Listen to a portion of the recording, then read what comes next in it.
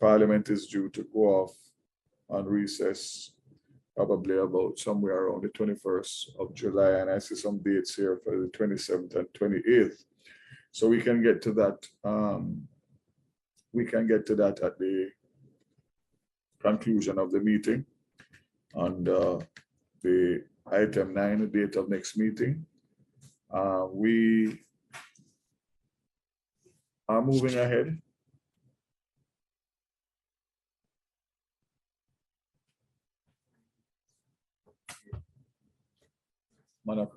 Yeah.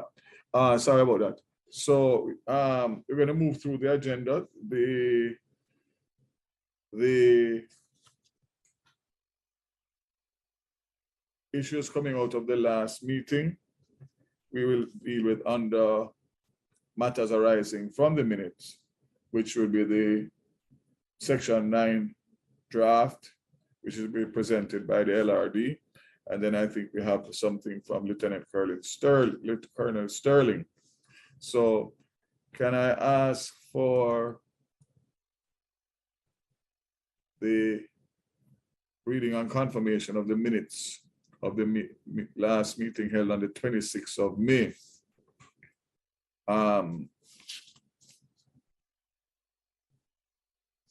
not sure if everybody got an opportunity to go through the minutes, and we'd want to confirm them now or at the end of the meeting, whichever is a preference. We have member Longmore here and member Gale. Any other members are on? I am on, Mr. Chairman. Okay. Natalie Campbell Rodriguez. Member Rodriguez. I'm on as well, but I haven't read the minutes, to be honest with you. Have you gone through the minutes? No, I haven't had a chance, so I don't want to confirm it now. All right, so you prefer to us to do it at the end of the meeting, or those who are ready? Well, if somebody else who has read it. Member Gale? No, I've not had a chance to go through it yet either. All right, so let us defer that, and we do the confirmation of the minutes at the end of the meeting. What we do have is matters arising, as I said before, and that would be, we can take that now, which would have been obviously the Section 9 to be presented by the Legal Reform Department. And we have are they on?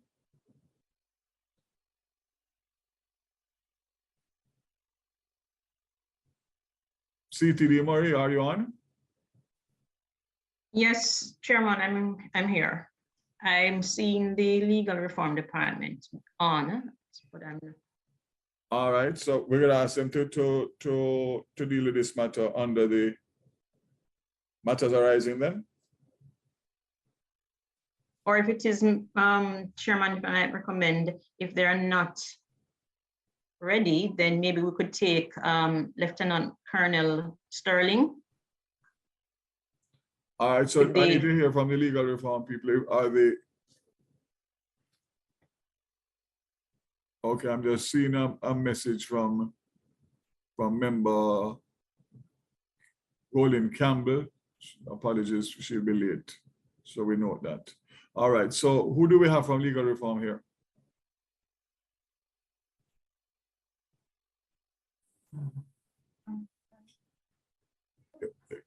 You must be on mute. I'm not hearing you.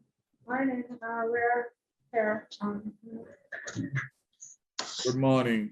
You want to take us through the Section 9 draft now?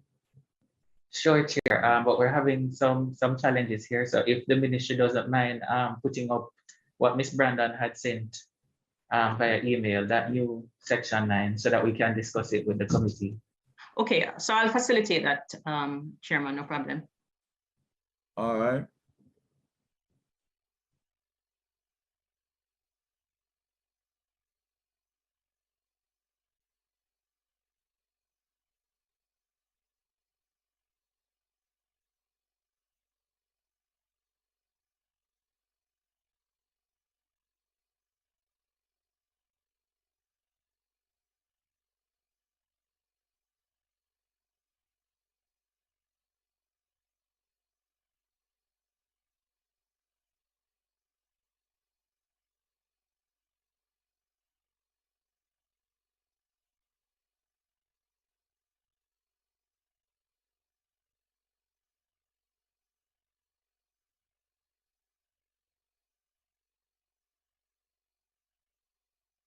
And the members confirm that they're seeing my screen. Yes, I'm seeing it. Yes, yes.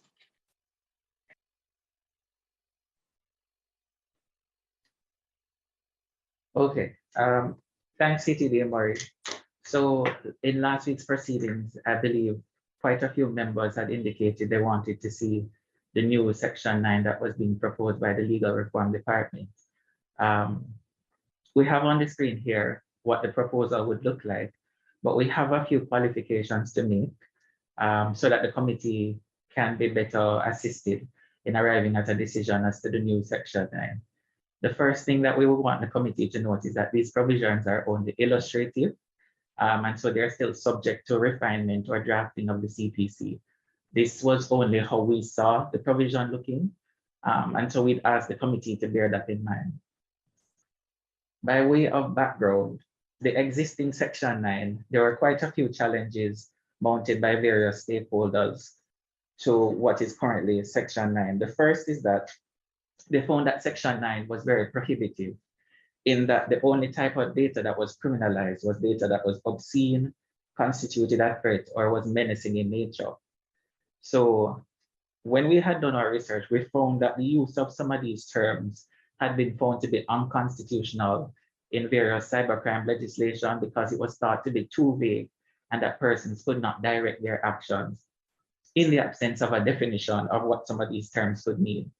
And so we had proposed that one alternative that was available to the committee was to define some of the terms that were used in the existing Section 9. But having regard to the fact that the Office of the DPP suggested that some of these terms, such as obscenity, should be removed because of how vague it is, and having regard to other recommendations by stakeholders, such as MOCA, to include grossly offensive, we thought that an alternative could be to amend Section 9 so that the new Section 9 would be technologically neutral in terms of the data that is being criminalized, and the focus would be on the intent to harass any person, cause harm, or apprehension of harm to any person or property. So what we have before you, as we said, is the proposed new Section 9, and we think as we go through the remainder of the matrix, my colleague, Ms. Simon, will indicate how this provision could be used to treat with the new offenses that have been proposed by certain stakeholders. So what this new Section 9 proposes is that it will make it an offense for a person to use a computer to publish data. So the first thing there is that we've removed the criteria for being obscene, constituting a threat, or being menacing. And then the offenses to publish data. I don't know if CTV can scroll down. We've inserted a proposed definition for publish. So publish in relation to data includes sending, transferring, posting, disseminating, or otherwise providing access to data. The reason we've sought to include such an expansive definition is that the DPP had indicated that the use of the word send in the current Section 9 was limiting. And so we thought that having regard to other cases where the court took a restrictive approach to the meaning of the word send, that it would be best to provide a broader base of the manner in which the offense could be committed. So CTD, if you could go up to subsection 2. Right.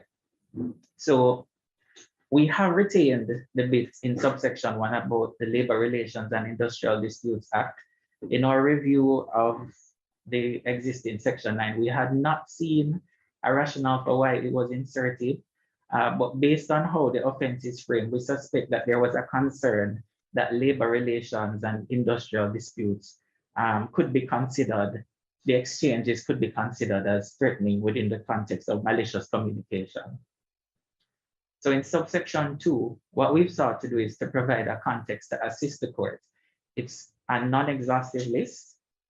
And so if the court is going to be asked to consider whether the data itself would cause harm, the matters listed at paragraphs 8 to 5 are some considerations we think the court could take into account, such as the context in which the data was sent, the characteristics of the recipient of the data, the content of the data, the frequency of its publication, the extent of its publication, and whether any steps were taken to retract the data after it was published. In subsection 3, we propose that the offense should be committed regardless of whether the actual recipient of the data is or is not the person to whom the offender intended the data to be published. What we were seeing in some jurisdictions is that there's a practice that the offender could know the nature of the relationship that you have with someone else, and so would send the data knowing that the data in those circumstances would come to your attention. So we sought, therefore, to sort of create this added element where the offense could be committed, even though it was not sent to the actual recipient. Subsection 4, CTD, if you could scroll down. We've provided preliminary views as to what the appropriate sentence could be. Based on the interaction between the existing definition of damage and the proposal to amend it to include psychological injury, we do foresee that there could be a potential inconsistency here, because this section 9 is largely aimed at having a mental impression on a victim, whereas the other offenses were geared at targeting the computer, and as a result, certain things flowed from it within the concept of damage. So one of the things the committee will have to consider, and we will be reporting back to the committee on what our findings are in relation to psychological injury, is whether the new section 9 should exclude from the concept of damage psychological injury, but it would apply to the other elements of damage that are in the definition of damage. And if that is the case, what we could do is to increase the penalty in this section, since it's largely geared at having a mental impression on the victim. Subsection 5, I think we discussed subsection 5, and I indicated to the committee that we're to report back on how the concept of psychological harm versus mental injury has been treated in law. So we're open to questions if the committee is so minded.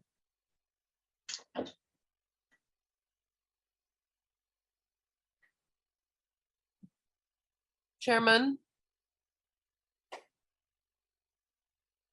Go ahead there. through you, Chair. Just trying to seek clarification regarding what exactly is being deciphered in the difference between psychological harm and mental injury. I'm trying to get a clear understanding as to what the question is in their minds. Okay, so currently, both in criminal law and in civil law, the extent for which somebody can be held liable for certain types of mental injury has been very limited. So our courts have only sought to recognize within the context of criminal law for harm and civil law for harm a recognized psychiatric illness. It's a term of art that has developed some jurisprudence around it. And it's not, the term mental injury hasn't really been recognized in our jurisdiction. So what we have sought to do is to see whether or not there is a material difference legally, although the courts appreciate medically there may be a difference, to see how best we can treat with the concern that was raised about expanding the definition of damage. Okay, thank you for that, because it is something that is relevant in much of our laws, and I do appreciate the steps being taken to try and decipher this. So I will keep abreast of it. Thank you.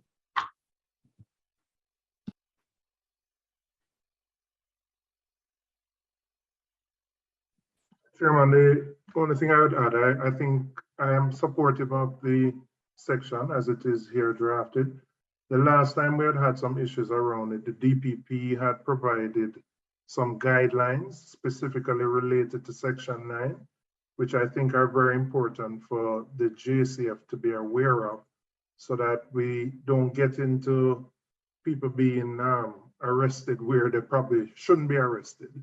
And the damage done when you are arrested is significant to the reputation and the injury to the person's reputation. So the only thing I would ask is that in, which is not really for the drafters, but in or public education, that those guidelines be part of it and that the JCF is aware of it, so that we don't have cases of improper arrest.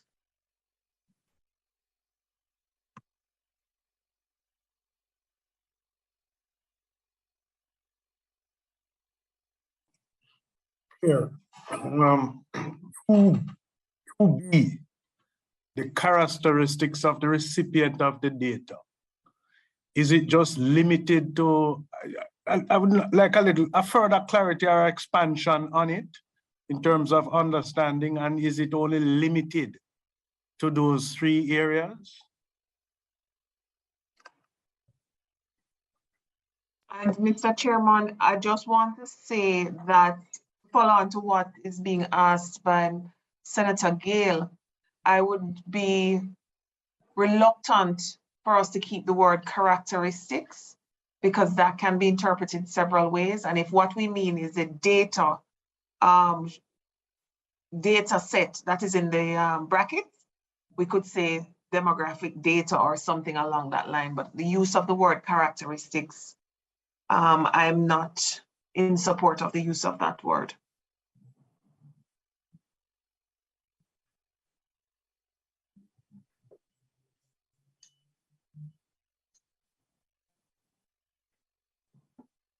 Okay, so when we had sought to use the word characteristics of the recipient of the data, the matters that have been identified in brackets were only illustrative of what we were thinking.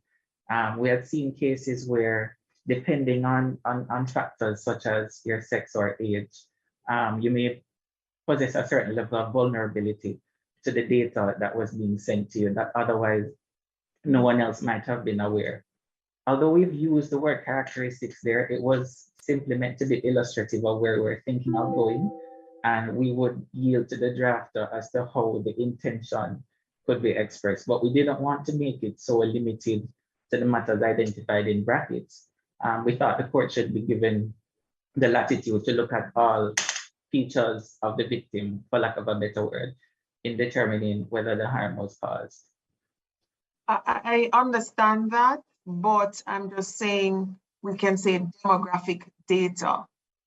But to say characteristics, the word characteristics can be interpreted in several ways, and I don't think that's the intention, and we have to be very careful about that.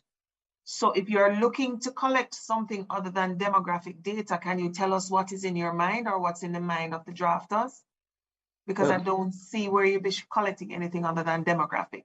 We were thinking, sorry, go ahead, sorry, I interrupted. No, it's fine.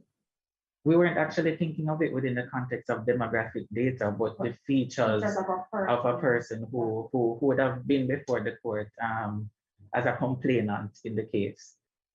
So some of the usual factors that the court may consider in terms of like the age, the sex of the victim, etc. We weren't thinking of it from a demographic perspective, but the features of the particular complainant that was. Sorry, what do you mean by features? So, for example, somebody who is very obese, or somebody who has some kind of handicap, things like that. So you could, in a context of a person being bullied, because cyberbullying really is a form of harassment, and you're being harassed because you possess certain features.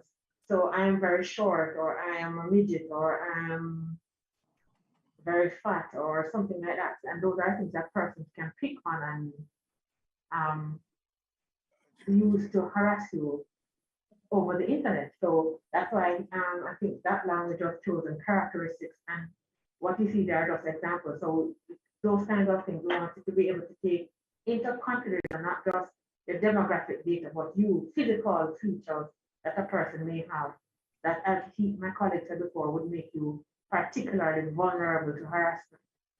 Okay, I understand that and completely see the need for that. I'm just not in support of the word characteristics, because characteristics can also refer to someone's personality.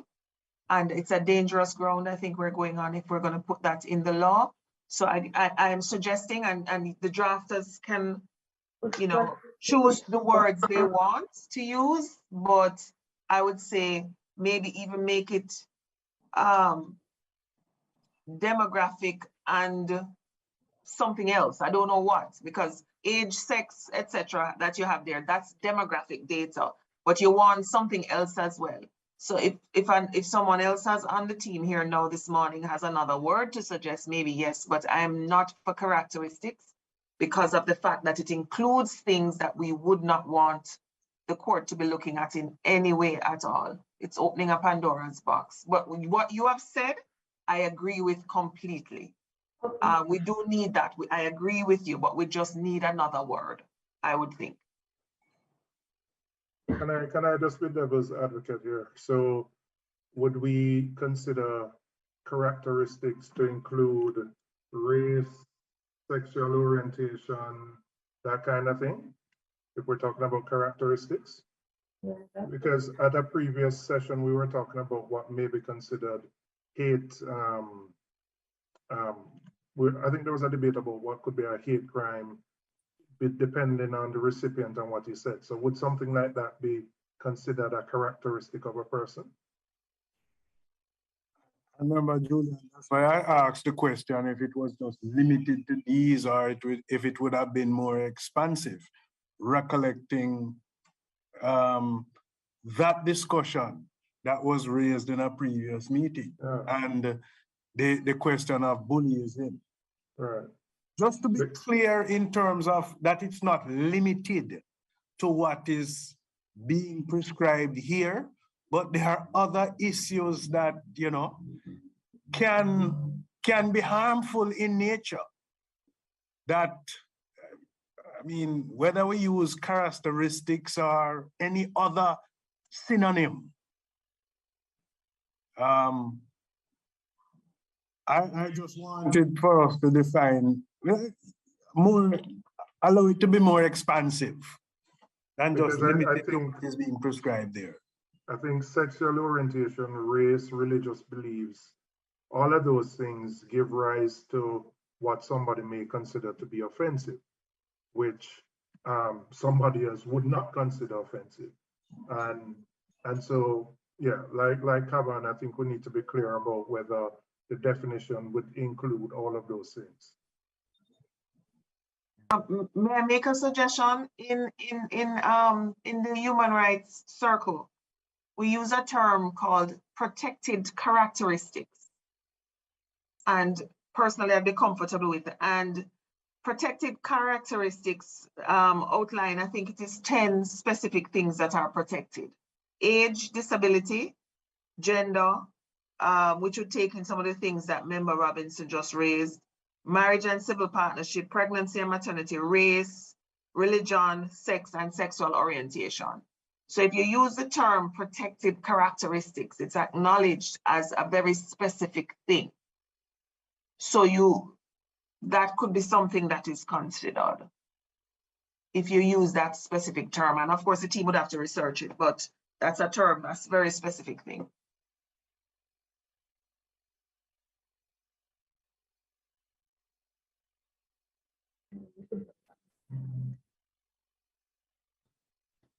Any response to that suggestion?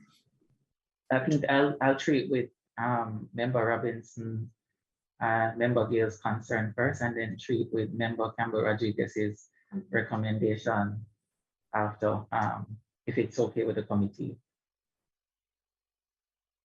Sure. Well, so the concern, as I understand it, is that given the discussions on hate speech, whether or not the matters for which concern was raised could be prosecuted under the Section 9 offense. It's a difficult question to answer, largely because of what is required under subsection 1, which is that the data that you publish must be published with the intent to either harass or to cause a person to fear harm or the apprehension of harm to that person or that person's property. There are aspects of hate speech that are in this, and there are also aspects of arguably those same considerations could arise in the existing Section 9. If you send any data constituting a threat or that is menacing in nature.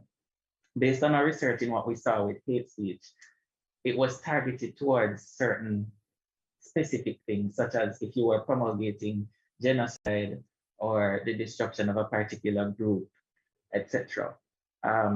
So in terms of the characteristics, one of the things we think the committee should bear in mind is whether or not, by prescribing certain additional features, whether or not we may be excluding other features.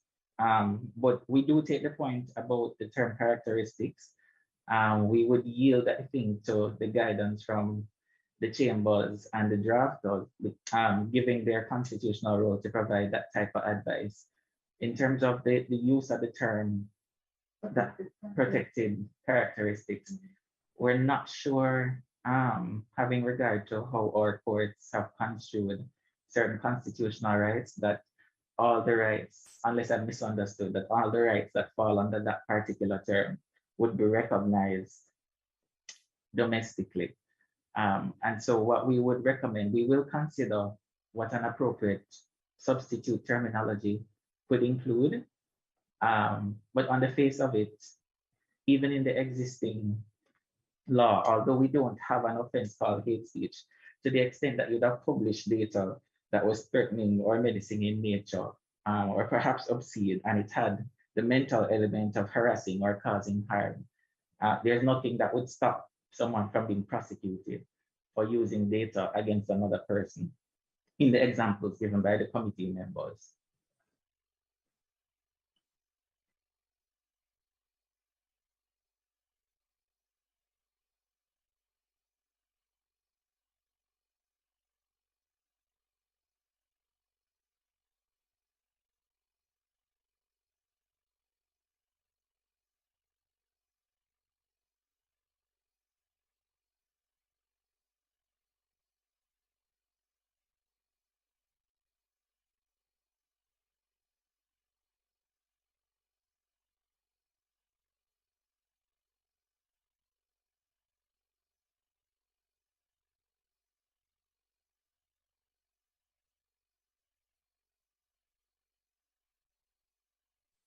Sorry, the person who was just speaking, did you say that then you would look back at it and get back to us next meeting? I just want to be sure.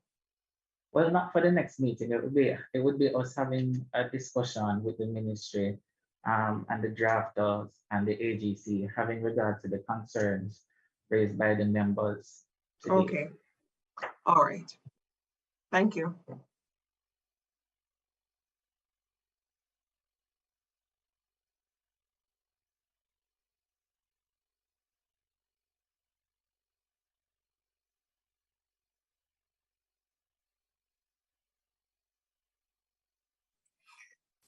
Can legal members of legal reform go back to clause 4, and let's talk a little bit about the psychological injury. Because I note we're in 248(2), if any damage other than a psychological injury. And in B, it also... Scroll down, sorry, can it be scrolled down to 4? Thanks. And in B2, if any damage other than psychological injury. So are we saying that we are not yet at the space or the place where we're talking about the inclusion of psychological injury being a damage?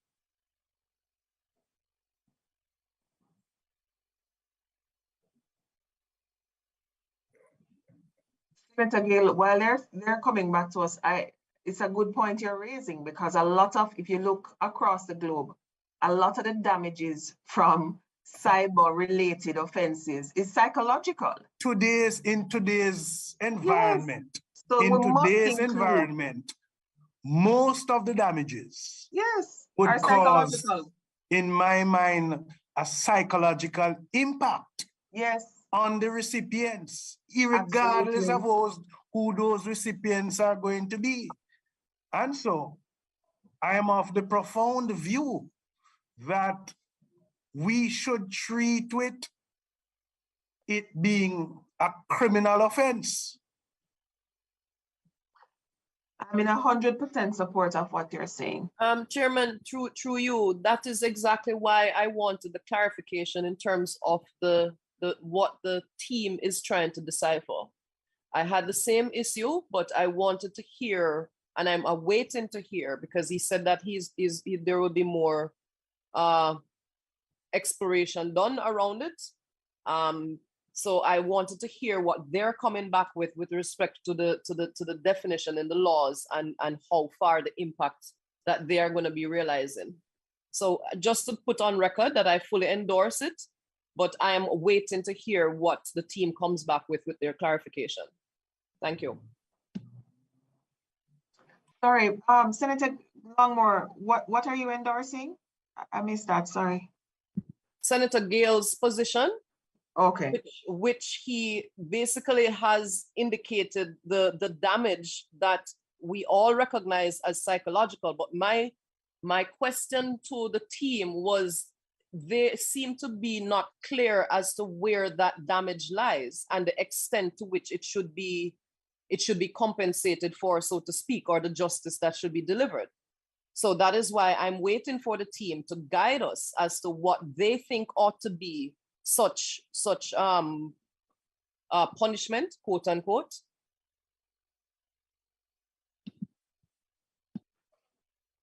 Thanks for the clarification. You see, we're causing the transmitting of any such data that would constitute harm to be a deterrent.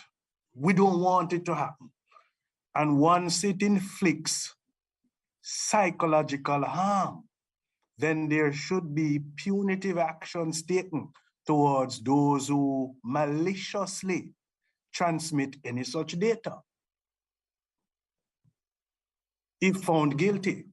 One would think so, but what we're hearing is that such is not provided for in the laws as it is now. Well, I would assume not yet. Exactly, member. Perhaps I could clarify why we've inserted those words in square brackets. The existing scheme of the Act is that sections of the Act create an offense, and if damage is caused, it's an aggravating feature that attracts a higher penalty. When we were considering Clause 2, the committee accepted the recommendation that the definition for damage should be expanded to include, among other things, psychological injury. I recall that Member Longmore had suggested that we consider the term mental injury, and a definition could be provided for mental injury. We are still doing research as to how the concept of psychological harm versus psychiatric harm versus mental injury are treated in our jurisdiction, as well as in other jurisdictions. Section 9, and I'd indicated earlier, is an offense that largely targets the mind of the victim. It's about harassing or causing a person harm or to apprehend such harm. In our research of how harm has been treated, the courts have interpreted, and the sentencing guidelines of our Supreme Court are clear, that harm includes not only physical harm, but psychological harm as well. So on that basis, we had highlighted to the committee there could be a potential inconsistency in the fact that we've created an offense that largely targets psychological harm. It could also target physical harm. And we've also expanded the concept of damage to include, for the time being, psychological harm. So the question arises, if the square brackets were removed, if a person committed an offense under this new section 9, it would always attract the aggravated sentence because it would also be considered damage in the proposed expanded definition of damage. So whereas our courts would have considered that the reference to harm in the new section 9 includes psychological harm, the fact that it is also an element of damage as defined, there is a potential issue. It could possibly be that no one would be convicted in the case of a first offense to the lesser sentence. It would always be the aggravated.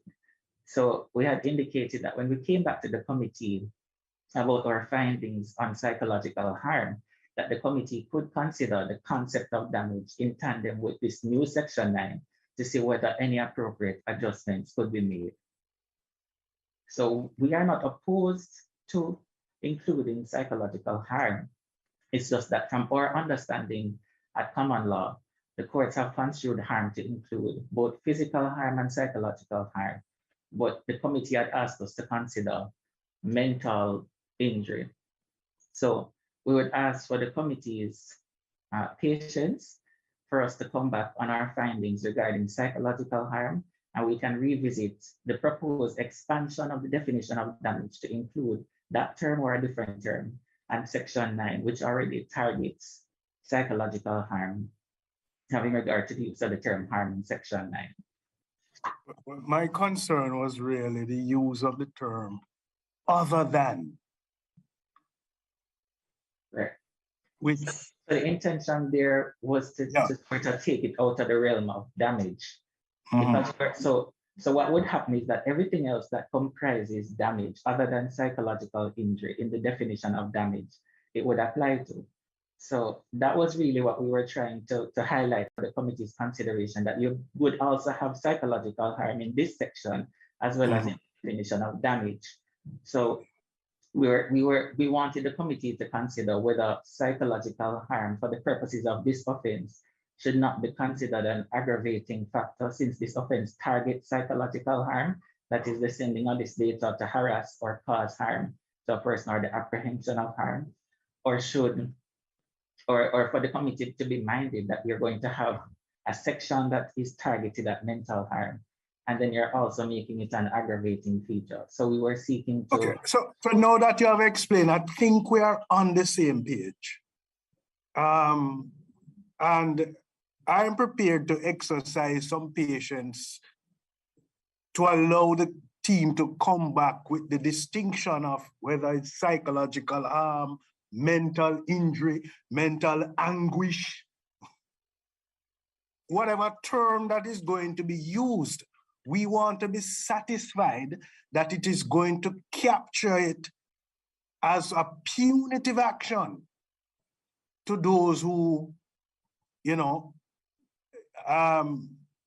expose others to this type of injury. We just want to be sure that it's going to be captured, because in today's environment is a very critical issue that some of us face, some of us have faced, and we don't know what is going to happen. We want to be protected. So, Chair, I will await the response from the legal reform in terms of making the distinction. I support that as well, Senator Gale. Ditto.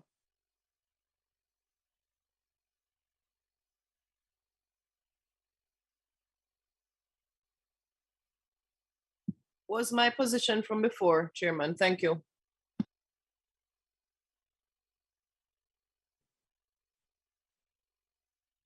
Noted.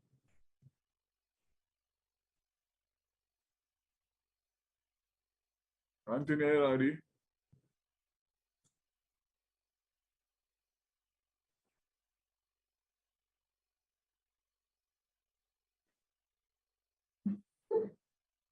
Chair, that was the extent of our presentation, only to say that as we go through the new offenses, if the committee is minded, we could have regard to this new section 9, and we could show the committee how the section could be used to prosecute the offense without creating a specific other offense. But that's subject to the approval of the committee members. Mr. Chairman, through you, sir, I from my notes here, I see where we said from the last meeting that we were discussing the Ministry of Education's recommendations re online child stalking. And we said we would look back at that section, because some of us, like myself, said I couldn't agree to not accept that recommendation, as is the recommendation from MSET. until we saw the reviewed section 9, which we have seen the substantive section of it and agreed to. And also they were to tell us what carries more weight, because I have here, they need to come back with reviewed section 9 and final take on issue of acts against children carrying a greater weight. Because remember, we said some of us recommended that cybercrimes against children should carry a greater weight, and the MSED team and the legal team said they would come back to us on whether or not that was possible. So I don't know if they had anything for us on that, because when we have that, then we could go back to the Ministry of Education's recommendation re online child stalking.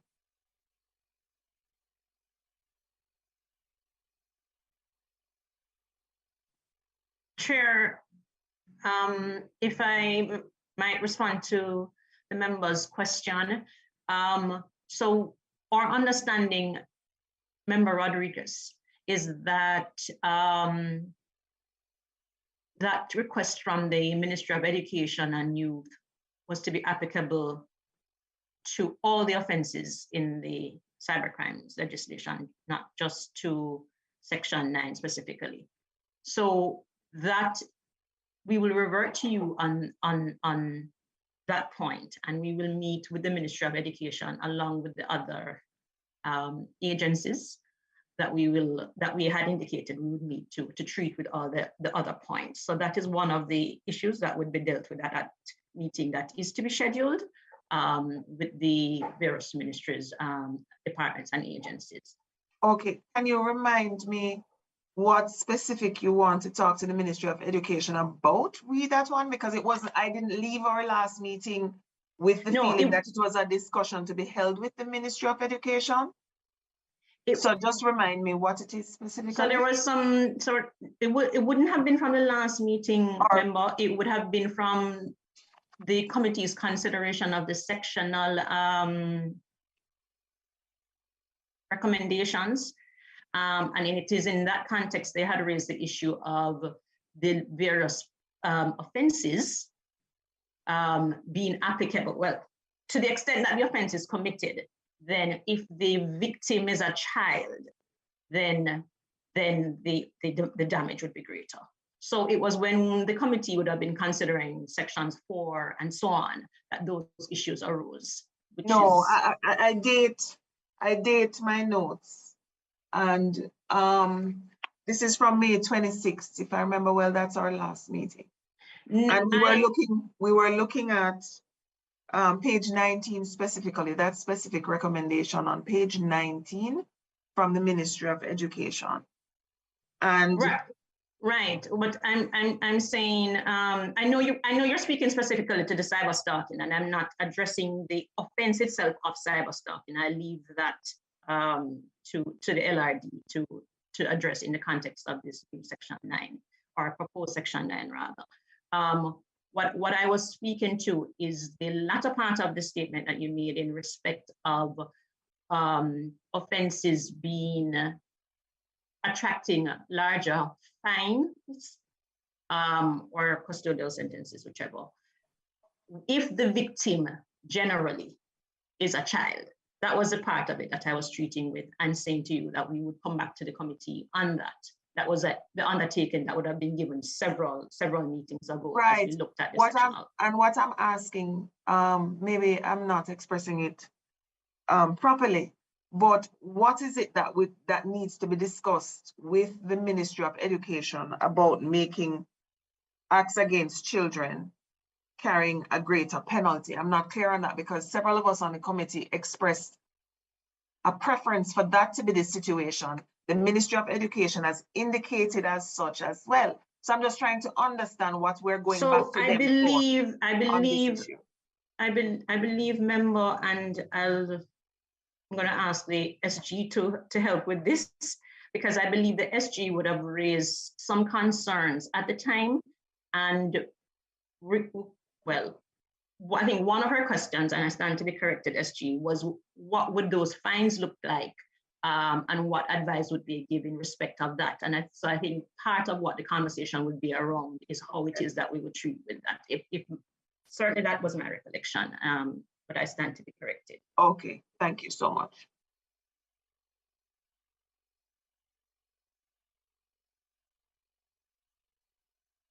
All right, so members, are we taking the suggestion from the LRD?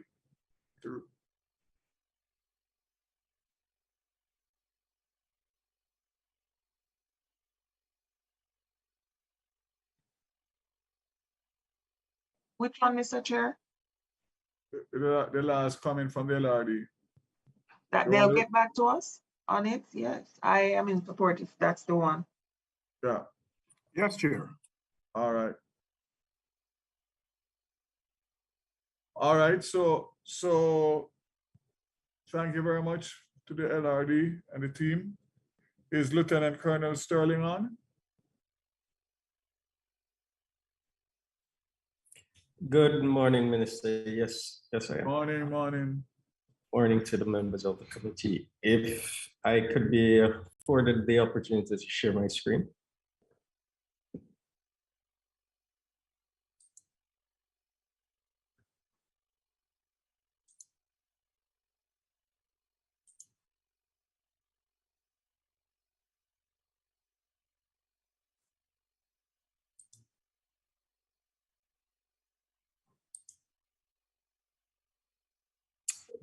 Could the members confirm being able to see my screen? Seen. Okay. So thank you for the opportunity. Lieutenant Colonel, you are, if I might, you're in presenter mode. Okay.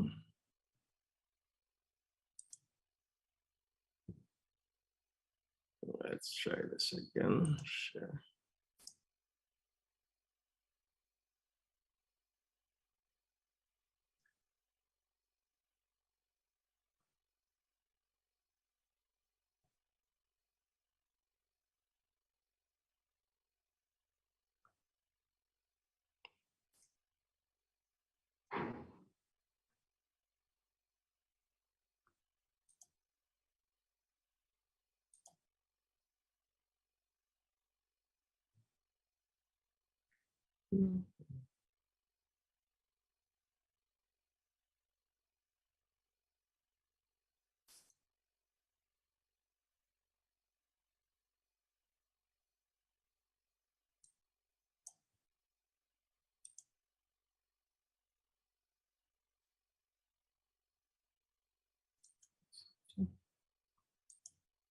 Are we seeing the slide itself now?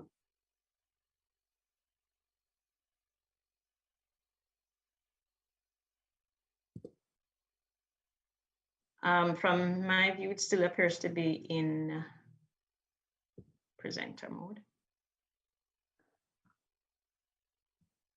I was just seeing the screen. I was just seeing it a while ago. It's gone.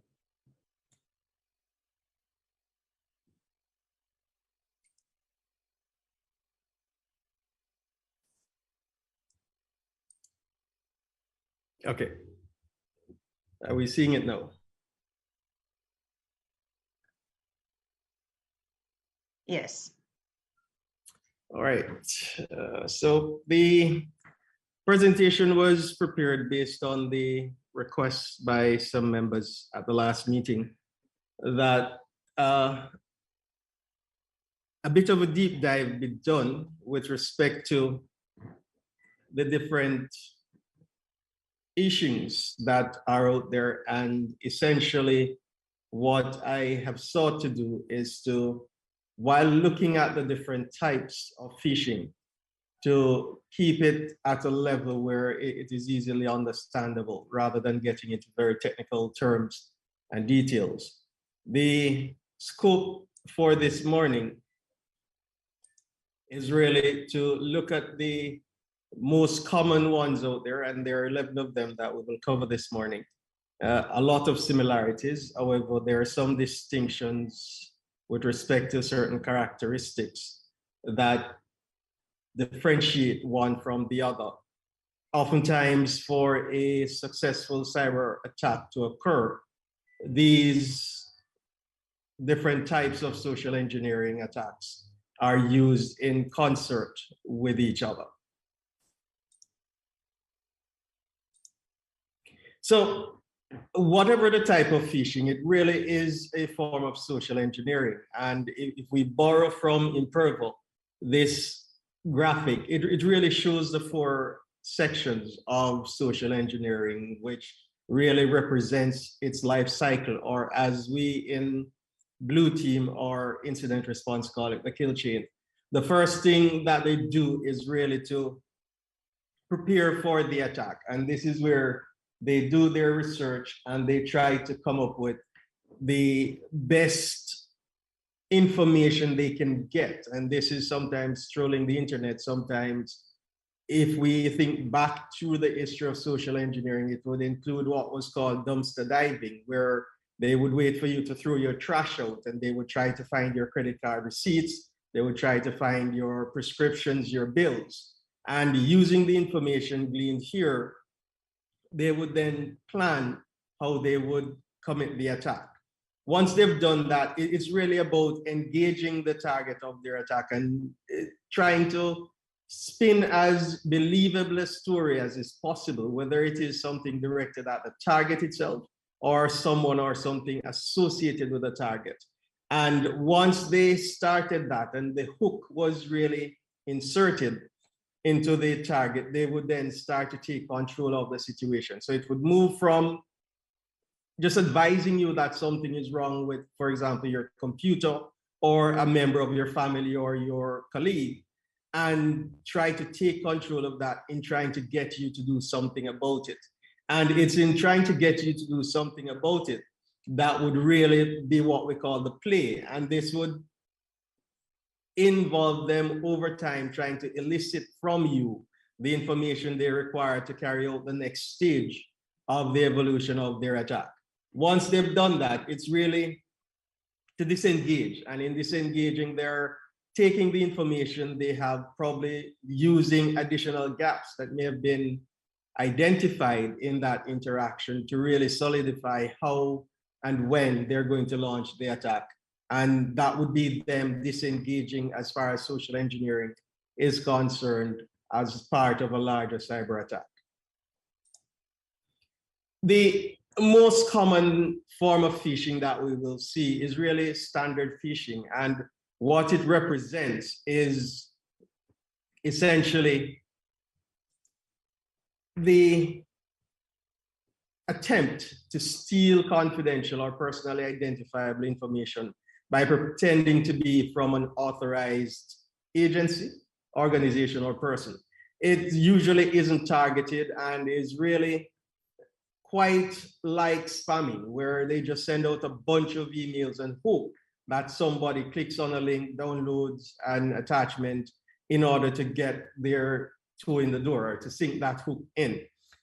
It used to be really about sending out a whole bunch of emails, but as the attackers get more sophisticated and they develop a greater ability to hide their activities online, the scams have become much more targeted and they're becoming a lot more difficult to actually identify when you consider legitimate emails within your inbox. So what we see is that the net, even though it's still wide, is really narrowing as the sophistication and the levels of obfuscation grow with respect to regular phishing.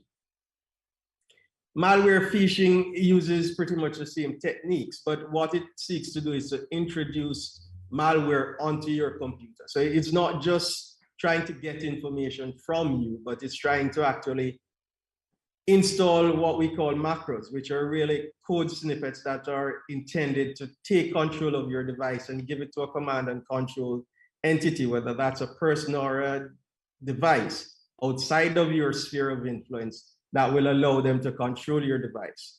And one of the things that we see here is that it is gaining in prominence. And as the perpetrators become better at really sort of masquerading as legitimate organizations and persons. This is becoming a greater challenge for cybersecurity individuals as well as for those involved in incident response. So the key to avoiding or mitigating malware phishing is to beware of attachments or links that require you to download stuff from emails that you're really not sure where it's coming from, and you're really not sure why you need to download these attachments. So these macros, once they're downloaded, they give control of your device to the attacker.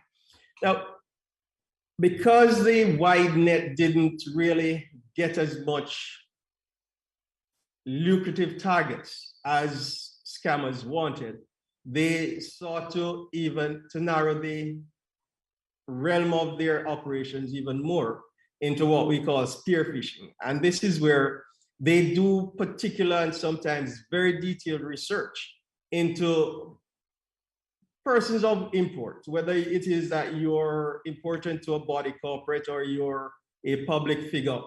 They believe that by compromising you, it presents a better opportunity to get what their end game is. And so it's really not a bunch of emails being sent anymore, but a specific set of emails to a specific person or set of persons, because oftentimes what they're seeking to do is to compromise someone with either authority in an organization or access to computer systems that they're trying to get to. And so if this target is large enough within the environment that he or she operates, then it's called whaling. And whaling really is just the term that was coined to say, you know, the spear phishing is really going after a very important person within a body corporate or a very public figure. Now, the evolution of spear phishing is turning towards SIM swapping. And what this is really somebody saying to a service provider or trying to convince a service provider that they are the owner of a SIM card and getting a replacement SIM, which they then use to perpetrate whatever scams they're doing. This is becoming more of a challenge because we're trending towards virtual SIMs. And as we get into that realm, then you're no longer trying to get a physical SIM with which you need to carry out your scam, but it's just a matter of a digital operation to swap that SIM. And once you can convince a service provider, a telecommunications company, that you are really the owner of the account and they do that swap, then you can do whatever you want with that account. Smishing is really where they utilize SMS in the same way that they do emails. However, because SMS has a much larger open rate, it is something that they're tending towards when they try to perpetrate some of these scams. And essentially, a lot of the smishing attacks look like the samples on your screen. But what it requires you to do is to click on a link somewhere in there. And once you do that, again, it allows the perpetrators to either take control of your device or to get the information that you're trying not to give to them under normal circumstances. The 20% hit rate for emails mean that as successful as we think phishing is using emails, using SMS, it is a lot more successful in terms of the click rate, and from the click rate, the actual compromises are a lot more than using emails at this point. Oftentimes when we seek to do searches online, we tend to click on the first set of responses we get. But what search engine phishing is really geared at is for us to do exactly that. Once we type in a search criteria and we get back the results just to click on the links, it really seeks to take control of that transfer of the results from the servers that from the search engine you're using to your screen. And what it does is to give you almost credible results. But once you click on the links, it takes you to malicious sites and they're able to compromise your device or to get your information. And so when we type in our search criteria and we hit send and we get the responses, it behooves us to really check what came back, not just in terms of what's listed on our screen, but in terms of where the link is supposed to be taking us. And oftentimes, the only thing that really shows that the site you're going to or the site that has come back is not where you intend to go, is the top level domain that comes up, whether it's a .com, .org, .net, when it should be something else. And so vigilance is really key here because it really is easy for you to miss it. There are tools out there that can be used, and some of the tools, if they're installed as extensions in your browser, will actually flag some of these sites when they come up and they're not the intended results of your search criteria. Phishing or voice call and phishing is really where the scammer tries to keep you online and to elicit as much information from you as is possible. And so the buzzword here is just to get off the line if you're suspicious or wary of the call you're getting. And once the call starts to seek to get personally identifiable information or security credentials from you, then it should be something that raises red flags for you. And you should really seek to disengage from that call as quickly as you can. If you can actually try to confirm with the organization that the call purportedly came from, then you ought to do that. But the rule of thumb here is once you recognize it to be a prank or scam call, to get off the line. And if you do using this type of phishing, as it really becomes a bit of a difficult task to attribute the actions to any particular state. Clone phishing is something that really seeks to utilize email communications, particularly those surrounding transactions and transactions for large sums, to create a clone of the legitimate email, which is then forwarded to the intended recipient.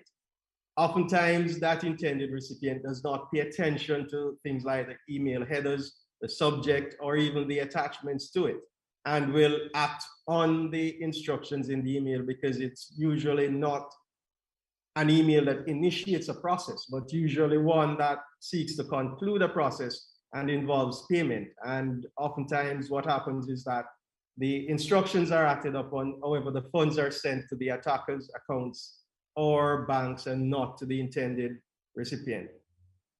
And so if you look at the example on screen, it's really just about taking advantage of persons' tendency not to pay attention to detail when treating with email communications, particularly if it is from a trusted source. The man-in-the-middle phishing attack really seeks to build on the man-in-the-middle attack, which is generally a form of attack in cyber where an unsuspecting user sends information which is intercepted, modified, or just simply read, and then forwarded to the intended recipient.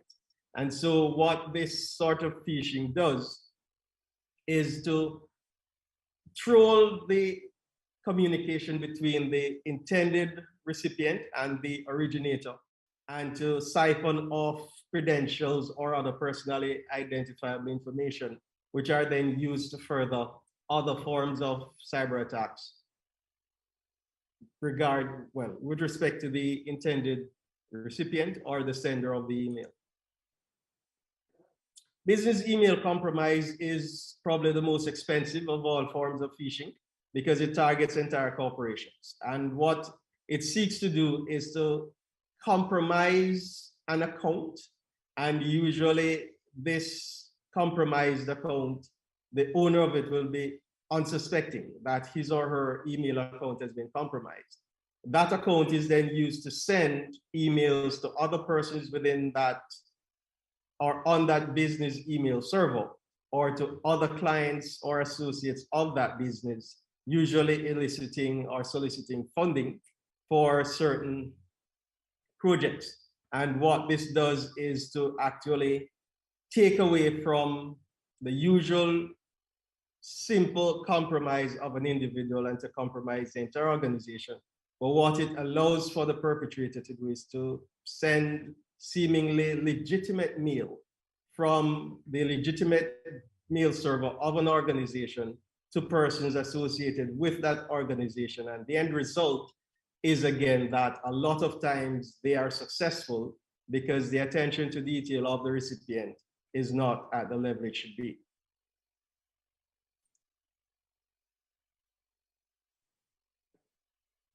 Malvertising is really similar to what we looked at earlier in terms of once you type in a search criteria, usually on an online shopping platform, that split second between you're hitting enter and the query returning its results, there is malicious code that is injected in the response, which allows the attacker to take control of your session, and oftentimes your credit card details, etc., which are saved in the browser or you're using for that transaction, are then taken out. One of the most prolific rootkit that was used for that is the RIG exploit, and it really was used to a significant extent in the past 3 to 5 years with respect to angler phishing, as it exploited a lot of advertising as most persons stayed home and did a lot of shopping online. Now, while there are specific steps to counter each of the types of phishing that we've just looked at, there are some general steps that we can take. And it's really to be suspicious once the email seems to come from a source you're unaware of or you're not expecting. And to be even more careful when we think of downloading attachments or clicking on links. The recommendation to hover over the link and it should show you the intended destination is something that we recommend. It is not always possible, however, and so caution is always urged. With respect to the physical header and footer of the email, pay attention to it, because oftentimes all that happens is that you probably have a letter that should be Indo-Arabic, which is Cyrillic, or you have a .com, which should be a .org or a .net. And so it's just about really being vigilant when you look at the layout of the email in front of you.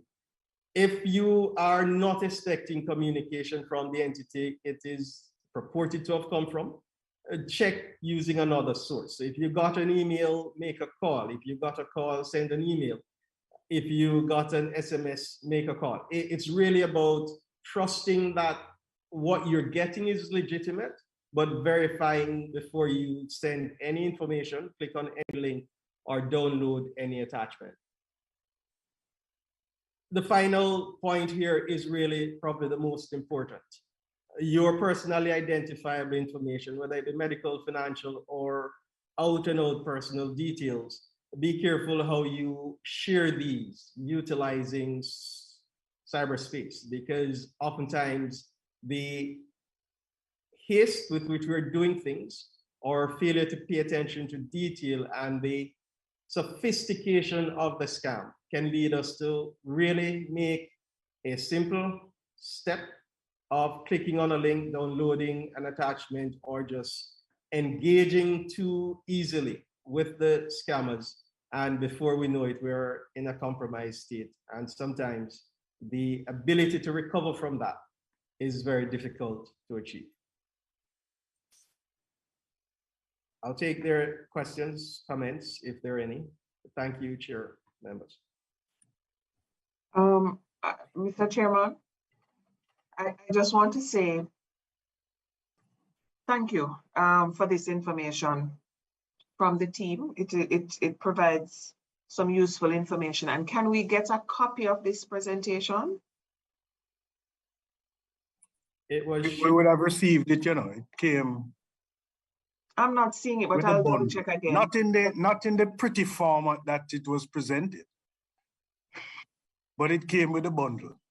Okay, thank you. Chairman, when Lieutenant Colonel said that he was doing a deep dive for a presentation, he really did one with all the fishing, whaling, ishing. But to me, it's very, very important information that was presented this morning as a guidance to what is happening out there, and for us to understand and to how we can protect ourselves. And I don't know, Chair, if in promoting this piece of legislation, if as a ministry, we can somehow sensitize the public around these things in order to protect them. Might be part of an educational campaign. The manner in which it was presented was very helpful. And, you know, every time we have an unfortunate event in like the banking sector, you have persons who come out in the public and sensitize the public around these matters. And so I believe it would be somehow prudent that we have some sort of an educational campaign to where we can sensitize the public around how to protect themselves, and also these unscrupulous people to know that we're aware of their activities. So I'm only putting that out there, Chairman, for humble consideration as part of the educational campaign that I believe your ministry can take on. But Lieutenant Colonel, I thank you for the presentation, sir. It was helpful in my mind. Chair, if I may. 5 times 3 to tell me the same thing. If I may, Chair, just to respond to Member Gill. So the public education and awareness program that the Ministry of Science runs, it's year-long, and we sort of try to coalesce those efforts in the Cybersecurity Awareness Month in October each year. And certainly through our website, through the social media platforms, these pieces of information are available, and certainly persons who reach out to us, we do targeted educational awareness campaigns for them. And so it's just to echo the point you're making, that it is not something to start, it is something that is ongoing. And once they visit the ministry's website or social media pages, they will find a treasure trove of information that they can use to make themselves more aware of some of the issues that are out there and how to mitigate some of the challenges that may arise. Thank you for that, sir. Thank you for that advice. I want to thank the Lieutenant Colonel as well. Very good presentation. I think it answered a number of the issues and questions that were raised previously. So I think that's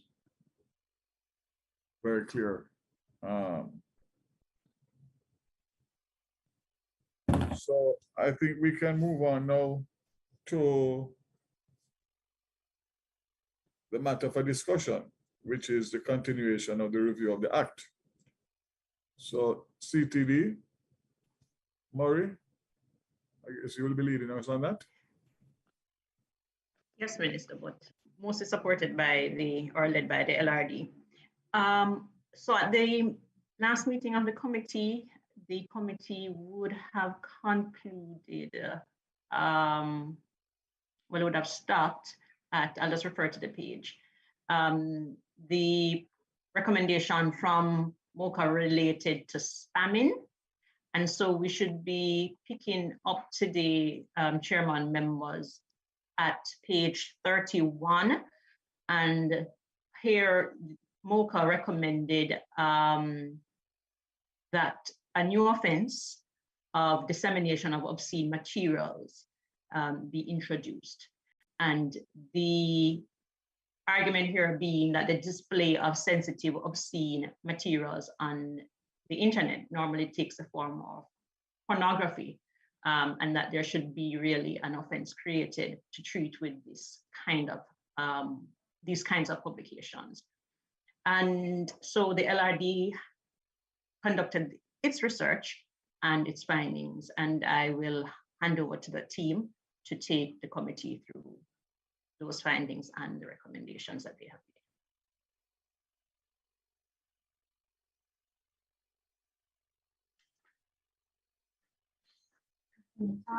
So as was just mentioned, one of the proposals that was made was that there be a specific offense for the dissemination of obscene material. Our research shows that we already have provisions that would address the concerns as raised in the recommendation. For one, we have the Child Pornography Prevention Act, which would cover the pornography that was mentioned. And as for the obscene materials, we have the Obscene Publication Suppression of Act.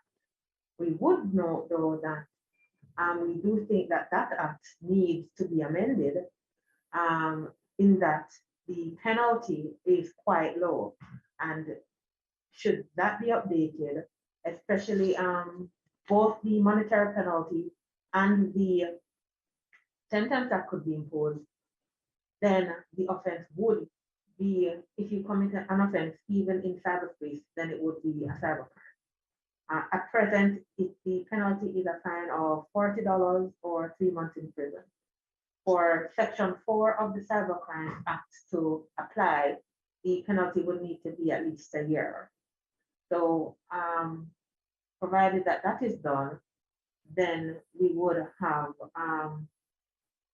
that act as well to address the concern that was raised in cyberspace.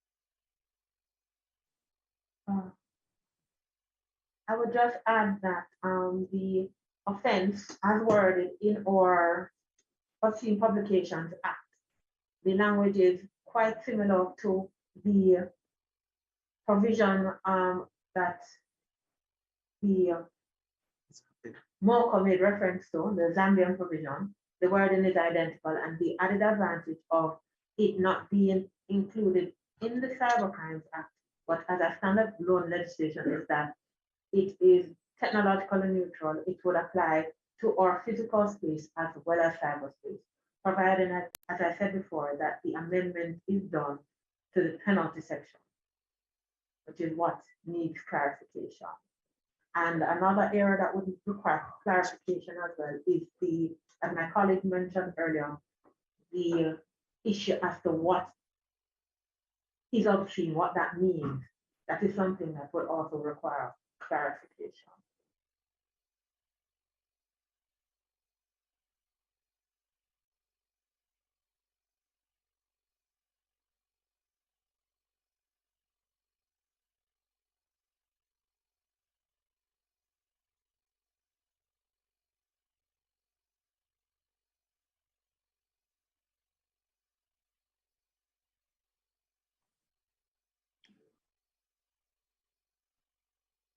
Chair, I'm not sure if the members have any reaction to the recommendations made in respect of that. Members?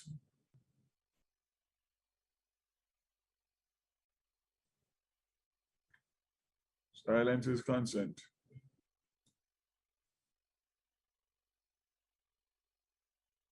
Okay, Chairman.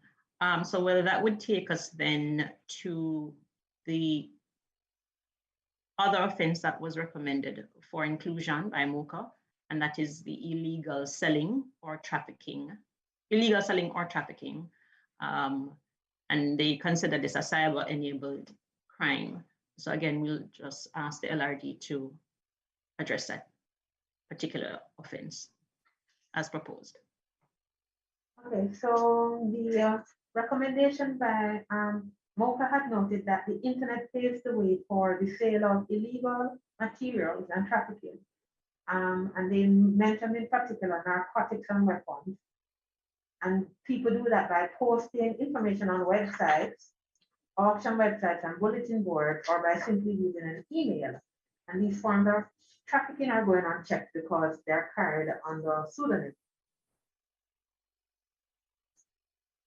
What one thing we would notice that the recommendation is a little incomplete because they mention the crime includes the sale of narcotics, weapons, etc. So we're not sure as to what exactly they are trying to cover under the offense of illegal selling or trafficking. But in relation to narcotics and weapons, which they did mention, we would note that we have the Dangerous Drugs Act and the firearms legislation, which would prosecute those offenses. And based on how those offenses are worded and Section 4, then if cyberspace is used to commit those offenses, then those offenses could be prosecuted as cybercrime. And I think that would address the concern that they have about the use of the internet to pave the way for the sale of those materials, illegal materials. We would also note that Sections 10 and 12 of the Cybercrimes Act would also be relevant for in that Section 10 speaks to the making available of a computer key or data or a device designed for or adapted to commit an offense. So the use of that website or auction website or bulletin board would be a way of making some data available or a computer available to commit an offense. Similarly, we think that Section 12 may also be applicable as well, and that the crime of illegal selling or trafficking could be prosecuted under that section based on circumstances.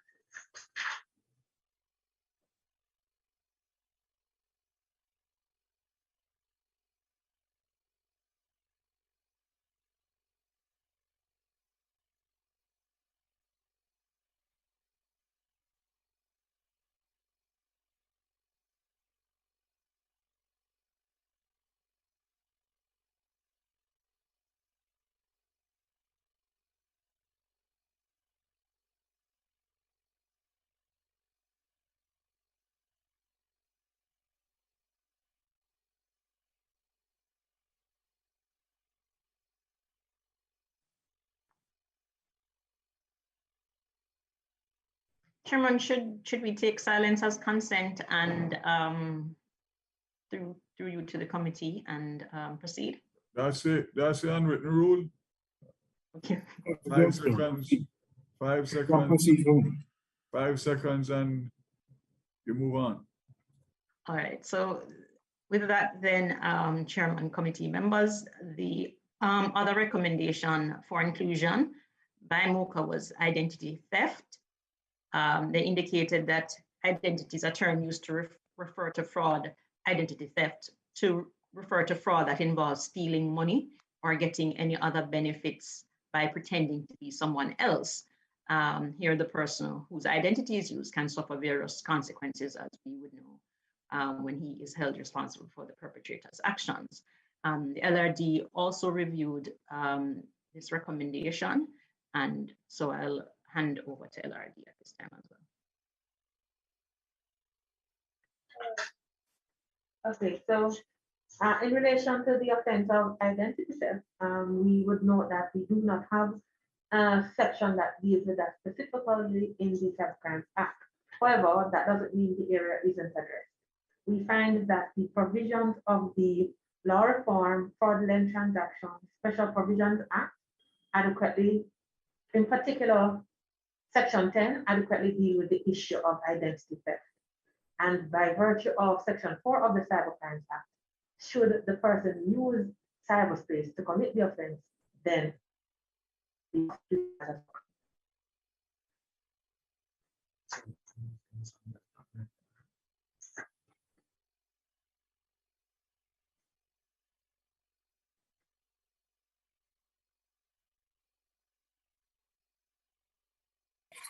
Sorry, Chair, I didn't get the last part. Should the person use the cybercrime to commit the offense? Could you repeat? Right, so as I was mentioning, the offense of identity theft would be prosecuted under Section 10 of that Act. But also because of Section 4, when you use a computer to commit a crime and the penalty that is imposed is greater than a year, then they also can be prosecuted under that section for the use of the internet. So it would then be the cybercrime aspect of it to be prosecuted by virtue of Section 4. Oh, okay. All right. Thank you.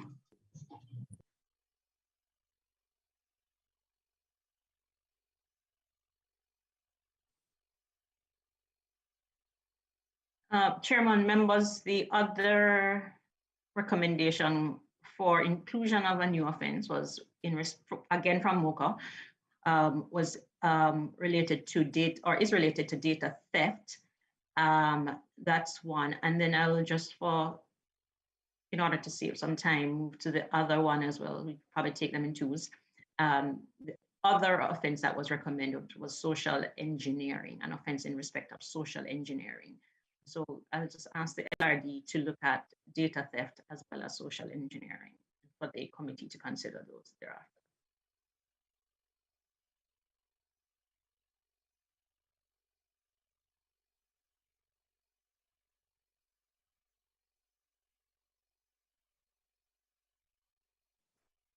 Okay, so the recommendation regarding data theft. So data theft involves the copying, deleting, or misusing of proprietary data for personal gain or use by another company. We are of the opinion, based on the existing provision of the Cybercrimes Act, that we do not need to make specific provision for such an offense. Sections 3, 5, and 7 in particular adequately cover the issue of data theft. And we also think that in relation to personal data, that the Data Protection Act, particularly Section 61, is pertinent, would apply there. Just to go back to the Cybercrimes Act, Section 3 addresses the unauthorized access to a computer program or data, which is data theft. And this, independent on circumstances, we would say that that theft could also be classified as an authorized modification of a computer program or data under Section 5, or the unauthorized obstruction of the operation of a computer under Section 7.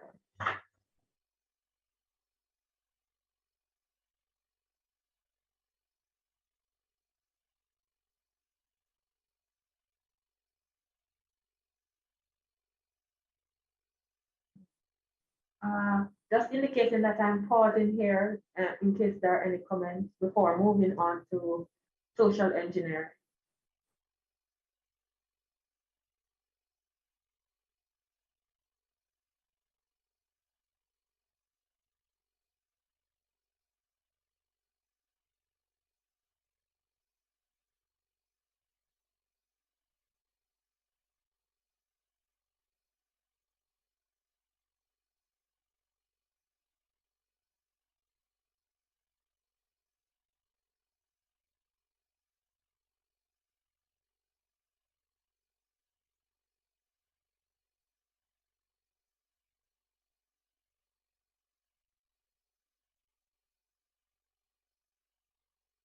Okay, Chair, seeing as there are no comments, should I proceed? That mask giving me a problem, you know. Or is it? You better take off that mask so we can hear you properly. Say again. Oh, I was just asking, since there are no comments, whether or not it would be safe to proceed. Sure. Okay. Regarding social engineering, as you would have heard from the presentation earlier, is the art of manipulating people into performing actions or divulging confidential information. The term typically applies to trickery for information gathering or computer system access. And in most cases, the attacker never comes face-to-face with the victim. We understand the concerns about social engineering and the gravity of the effects when persons engage in that conduct, but we still think that the provisions under the Cybercrimes Act at present should cover those offenses. In particular, sections 3, 5, 7, and 8. In relation to section 3, we think that engaging in social engineering would amount to gaining unauthorized access to the computer or to the data. And depending on the conduct of the person, we think that that access could also be considered as a modification of the computer or the data. Similarly, with regards to section 7, again, depending on the means that the persons have used, the access to your data, the social engineering tactic could be classified as an authorized obstruction of a computer.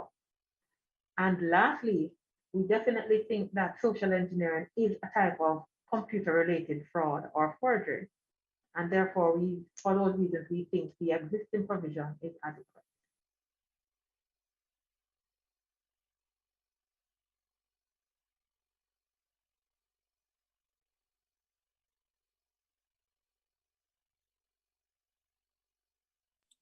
You made reference to the law reform, fraudulent transaction, and the Special Provisions Act, and section 35 of the last Act. Could you just give us from my understanding, how the aspects of those particular legislation would relate?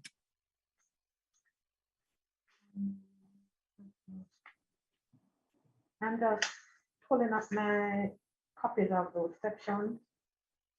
So,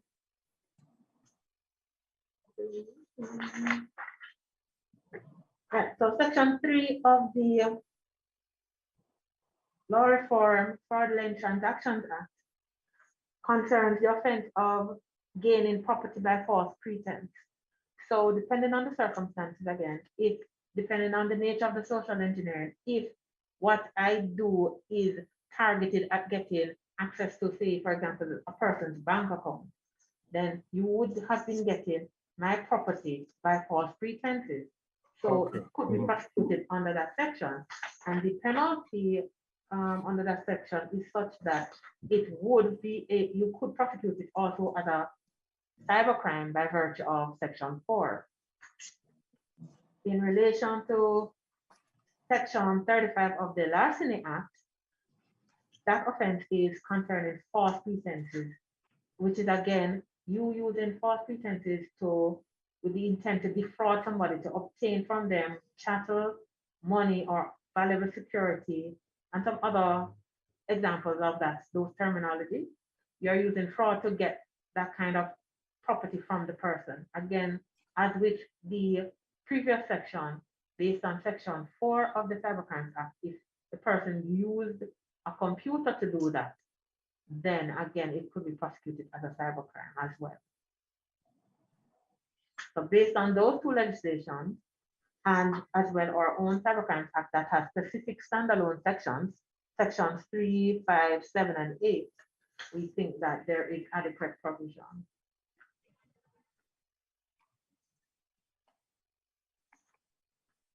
I would just add that I'm not sure if the Lieutenant Colonel would want to make any comments based on the adequacy of the existing legislation given his presentation earlier.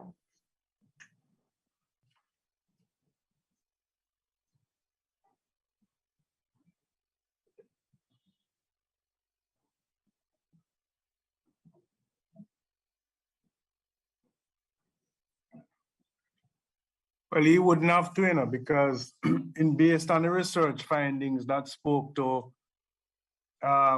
addressing the issues through public education, he would have spoken to that.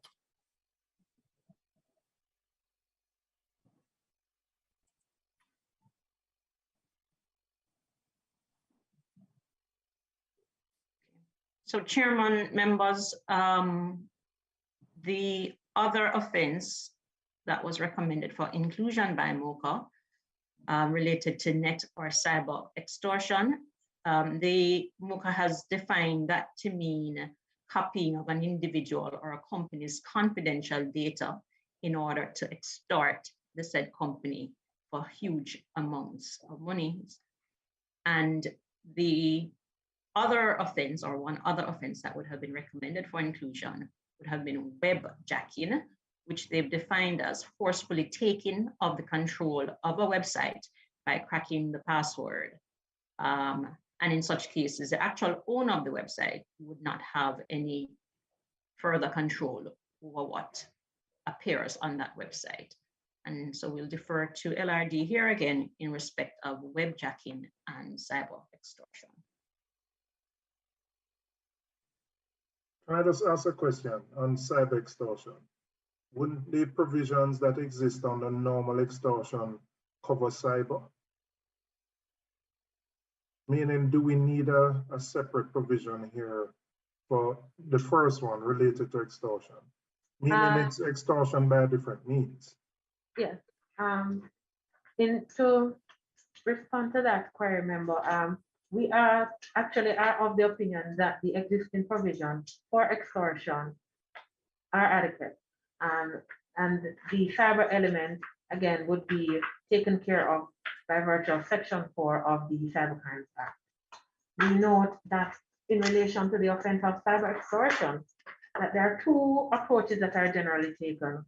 One is to have the specific offense, provision for the specific offense, or to, in the cybercrime legislation, or to rely on the general provision for extortion. And we found that the majority of the jurisdictions take the latter approach, which is to rely on the general provision that is made for extortion, which, as you noted, we already do have. And so we do not think that we need to go and then again make provision for a specific offense, as what we have already is adequate. But the question I'd want to ask is, in the general provision for extortion, if it represents the means or the medium used to extort.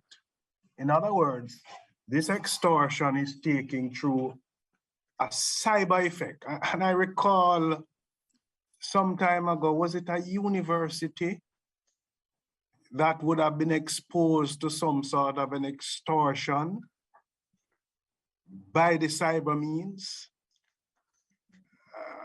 I want to call the name of the university, but I recall a news article about a particular university that was under the, was exposed to some sort of extortion. I just want to be sure that in the other legislations that is being used to capture extortion, if the medium is used or protected, in this case, cyber. Yes, it would. The provision that exists is written in technologically neutral terms. It doesn't, so the Larceny Act, Section 42A, which speaks extortion, speaks to a person who, with a view to gain for himself or another, or with the intent to cause a loss to another, makes an unwarranted demand with menaces. That person would be guilty of extortion. It doesn't speak to the means. Okay, so it uses some general terms that can capture. And then by virtue of Section 4, the cyber part would be taken care of. All right.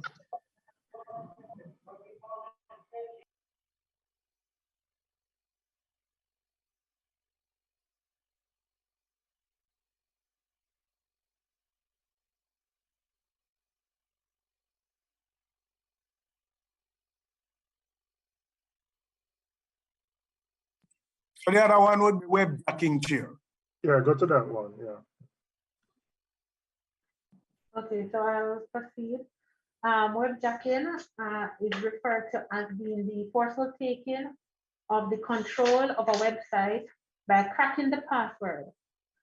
So that the actual owner of the website no longer has control over it. For this offense, we again don't think that we need to make specific provisions, and that the existing provisions of the Cybercrimes Act takes care of it, adequately addresses the issue. In particular, So this would be unauthorized, unauthorized access. Unauthorized access. Yeah.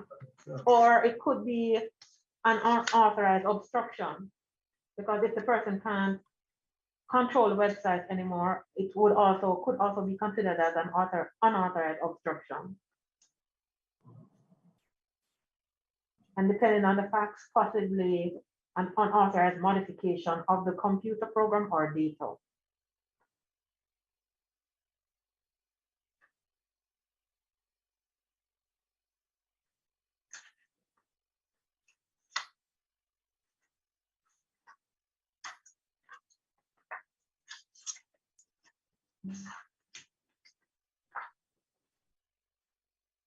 So, Chairman, members, we would now then move to a recommendation that was made from the Ministry of, well, the then Ministry of Education, Youth and Information, now the Ministry of Education and Youth, in respect of cyberbullying.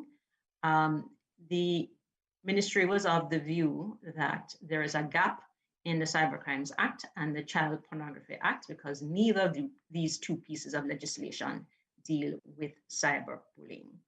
And so their recommendation was that an offense of cyberbullying be included in the Cybercrimes Act. And I'll defer to LRD because I think this is something, Chair Committee members, that we would have been discussing during the course of the series of meetings we've been having.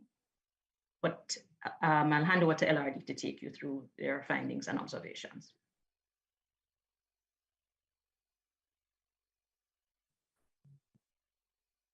Okay, so this is one of the offenses that we, for which we think Section 9, especially as redrafted, could be applicable. Because depending on the nature of the conduct, then the cyberbullying attack could be considered as an obscene publication of obscene, let me just look the line. It could be considered as obscene, or it could be a threat or menacing. And we think, though, the way the offense is structured at present, it could exclude certain cases of cyberbullying. And we think that by rephrasing, recrafting the provision, then there would be better coverage of bullying, because the focus is on the intent to harass and the fact that the person is harassed and the effect that it has on the person. We know that that is the approach that's taken in many jurisdictions, that they don't have a specific provision for cyberbullying. It is prosecuted under their harassment legislation. And so we think for that reason that the revision to Section 9 would be of benefit. Another approach that could be taken, and we have observed in Canada, is that there is provision made in the education legislation for as far as it concerns children and students. They make provision for bullying and cyberbullying in their Education Act or their education legislation. And that's an approach that the Ministry of Education could consider as well.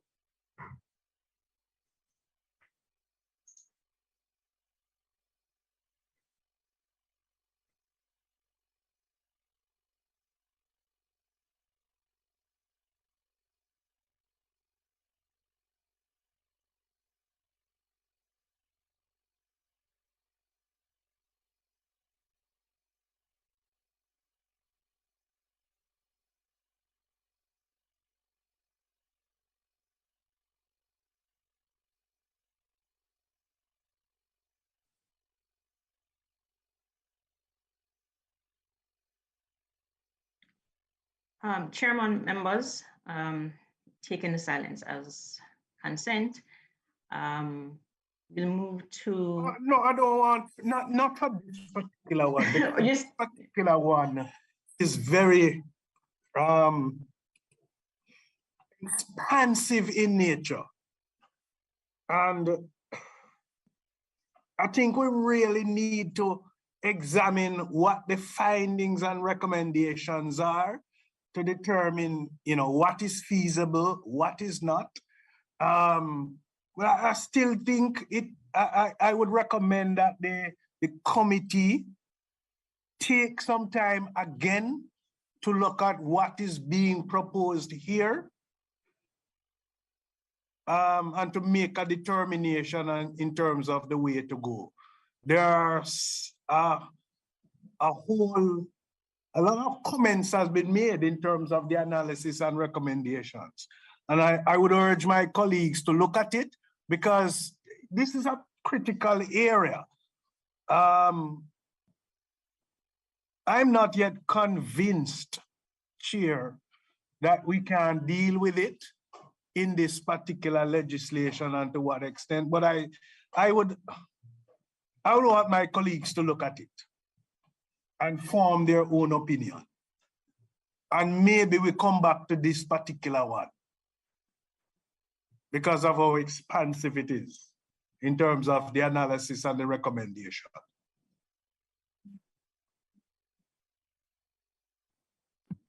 Agreed, Senator Gill.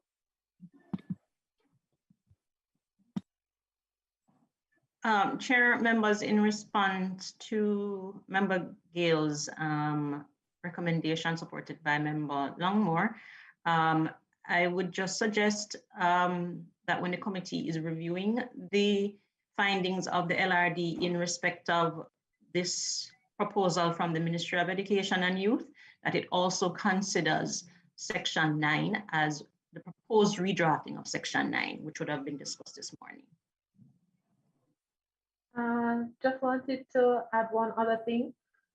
In the considerations of whether or not Section 9 would be appropriate, the redrafted Section 9 would be appropriate for addressing cyberbullying, that consideration would also have to be given to the sentencing as far as a child offender would be concerned. If a child is found guilty of bullying another person under Section 9 as redrafted, or under a separate new section, if that is what the committee is minded to do. So thought would have to be given to that as well.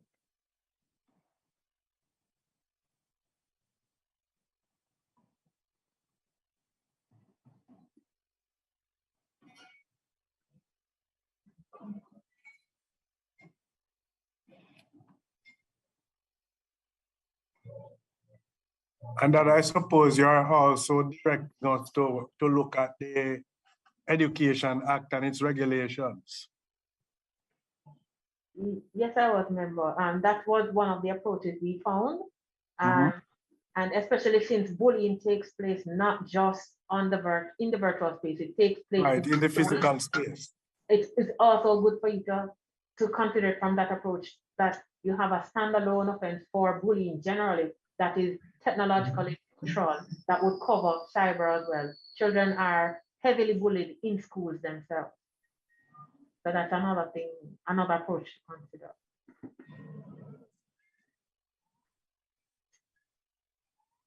All right, Chair. I will look back at it for my own self. CTD, we're coming up on midday. Where are you in terms of a cutoff point?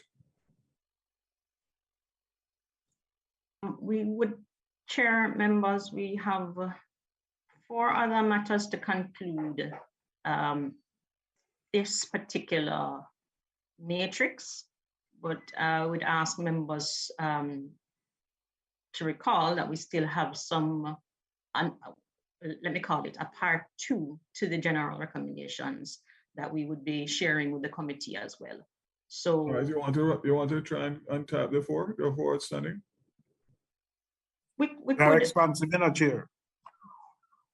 You prefer to start it Yes, start it fresh? I would prefer to start it at the next meeting, so. All right. Mr. Chairman, because I have another meeting scheduled. All right, so we are proposing for Tuesday, July 5th, 22 at 10 a.m. And then there's also the 27th of July at 2 p.m. and Thursday the 28th at 10 a.m. So the committee has Mr. Chairman, can you repeat those dates again? Move a little. Slowly, Chairman, slowly. Tuesday, July 5th at 10 a.m. Yeah. And then proposing that we either decide on Wednesday the 27th at 2 p.m. or Thursday the 28th at 10 a.m. And of course, that would be probably during the recess. So that would take us. So it's either the 27th or the 28th? Either Wednesday the 27th, Thursday the 28th. One is at the Wednesday is at 2 o'clock, the Thursday is at 10 a.m. And then that would take us to the summer break until we start back in September. And Chair, just to be clear, the first date was July 10th? July 5th, which is week after next, at 10 a.m. And then later on in the month, the 27th at 2 p.m. or the 28th at 10 a.m. And that would then take us to the summer break, and then restart in September. My preference would be the 28th, sir, but that's only my preference. All right, I'm good. Any other members have any difficulty with the 28th? No, Mr. Chairman, I'm fine with the 28th.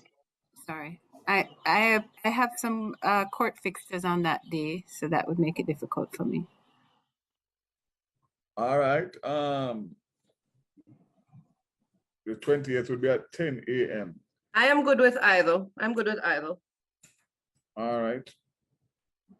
Well, if the consensus is that the more persons will prefer the 28th at 10, then we will go with that, and then obviously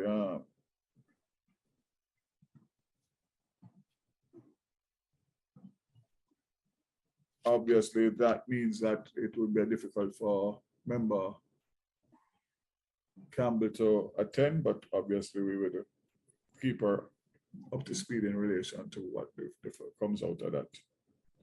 So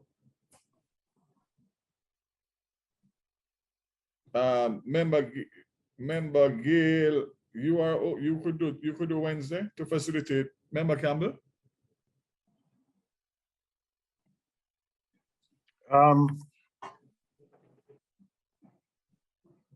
The Wednesday, the 27th will be at 2 o'clock, as against the Thursday at 10 a.m. Miss Brandon, is the 28th at 2 o'clock booked already? Yeah, I could. Let me just get a clarification from Miss Brandon. Is 2 o'clock on Thursday available? No, Chairman. Not? It's not available. Okay. So member Gail, you could do Wednesday then? I could do Wednesday. What it means is that I have to push something else later on, but I'll make myself flexible. Right, to facilitate member Campbell, we'll go with Wednesday the 27th at 2 p.m. and Tuesday, July 5th at 10 a.m. Agreed? Right. Member Campbell owe me one. Yes. I'm grateful, Chair, but based on what Ms. Brandon is saying, you don't have the option of Thursday. No, we have the option of Thursday morning. Thursday morning. Thursday morning. I see. All right, so the agreed dates is Tuesday, July 5th at 10 a.m. and then Wednesday, the 27th at 2 p.m. Hopefully those two sessions should carry us far in terms of the outstanding presentations from CTD Murray. Chairman, committee, members, if we could just declare. So I think when you meet on the 5th of July, it should take us to the end of the matrix that you have before you. I'm going to call it general recommendation matrix part 1. But we are working on the part 2, and that some research is still going on in respect of that. And we are sure that we would be ready with that part 2 general recommendation matrix for the 27th, but would not be ready for July 7th, July 5th, my apologies. So I would just be, I'm just simply saying here, Minister, committee members, that what it seems you would be concluding is the matrix that you now have before you. Just give us some time to tidy up and complete our consultations in respect of the other stakeholder comments that we have. Mr. Chairman, can I ask a question? I had stepped away from the meeting for a few minutes, so maybe it happened, so if I can just get, my notes here said that some sections were to be drafted to address the issues currently left out relating to phishing, vishing, all of that. Did we get an update on that? So in the meeting of May 26th, we said, which is where we requested the information, the outline explanation for phishing and vishing and all of those things. And then we said sections of the legislation should be drafted to address the ones that are left out, because as is now, not all of those that were discussed by Lieutenant Colonel this morning are addressed in the bill, act.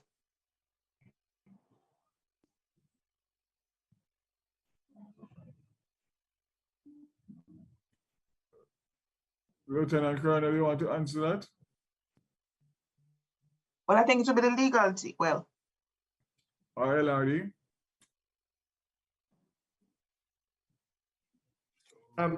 Chair, if I may respond to the members' concern. While the discussion took place, what I took away from that meeting was the requirements for the presentation, certainly not the drafting of text to specifically treat with each of these. And prior to the LRD opining, the social engineering aspects which they treated with really can subsume the types of social engineering unless there is a specific need to explicitly state the different types of social engineering. Because as you would have seen, is that it has actually evolved over time. And so what you saw was where social engineering is concerned, within the last 15, 20 years, we've gone from sifting through garbage to trawling digital footprints to submitting very sophisticated forms of lure to get information from persons. And so the matter of being prescriptive is something that I would be guided by. And certainly if it is the consensus that those sections be drafted, we could look at them. But what I took away was the need to provide that closer look at social engineering types, particularly phishing, not necessarily to draft sections to treat with them. Mr. Chairman, just to bring the attention back to the Mr. Sterling, the minutes will reflect that it was asked for. You can look on page 2 and page 4. It was discussed and requested by myself specifically on those 2 pages in the minutes of the last meeting, on page 2 and on page 4. On page 4, Mrs.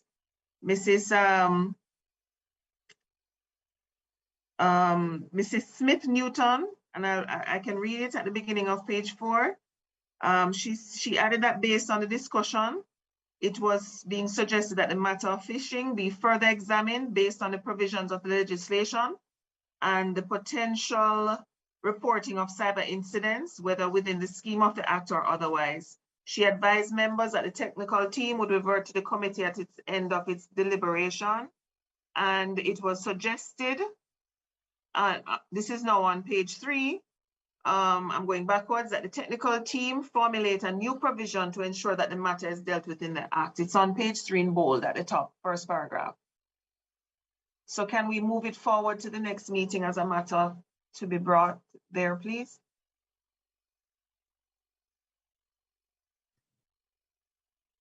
Noted. Lieutenant, you got that? Noted, Chair. All right. But just a point here, Chairman, members, that's a matter we'd have to discuss with the CPC as the entity responsible for drafting, but we'll discuss it with them, of course. Mr. Chairman, just for understanding, do the members of the technical team get a copy of the minutes when we do? I'm asking only because I think it would help them just to see, you know, because it's human. It's easy to sometimes miss something. But if they, or even just an action item list could be sent to them before the meeting from the minutes, I think it would help them, you know, because it's a lot and it's, you know, it is quite a bit. So it's a suggestion if we can just take from the minutes action items and send over to the ministry beforehand.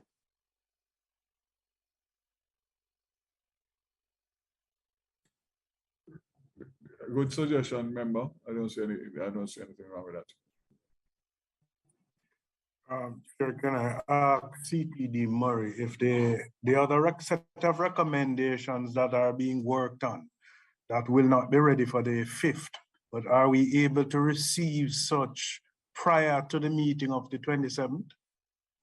That's the intention. Thank you. Yes. Thank you.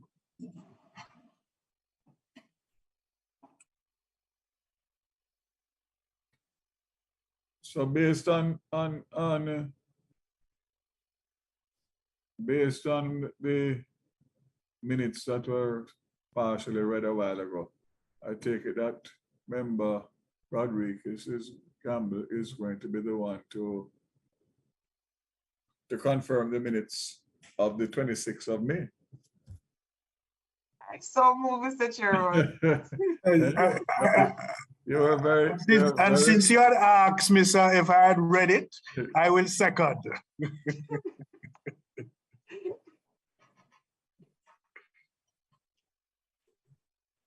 All right, we did matters arising already based on the 2 presentations. So that takes us to the end. So we are at 12:09. And again, another good session. Thank you for input specifically of Member Gale and Member Rodriguez Campbell and the others. And we will see one another again on the 5th of July at 10 a.m. And I take it that despite the fact that the joint select committees of other joint select committees are meeting in person, that the preference still remains that we do it on Zoom for convenience. I tell you, sir, this works very well. Yes. And we would have gone through, I believe, the sexual harassment with some 20-odd meetings. Most of them was by this medium. This medium works very well. And it works well in terms of attendance. And it's also, absolutely, and it's also very, very, very convenient for people to be able to jump on and get on rather than have it to go all the way to Parliament. And sift through your documentation. Yep. So it works well, sir. All right, so we remain. This is one of the good things coming out of the pandemic, if anything is good. So we see one another again on the 5th of July. Thank you to the team. Thank you to the supporting teams. Remember, it's a Ministry of Technology that is leading this. Yes. So thanks to everyone again. As usual, keep safe. God bless you all. Thank you.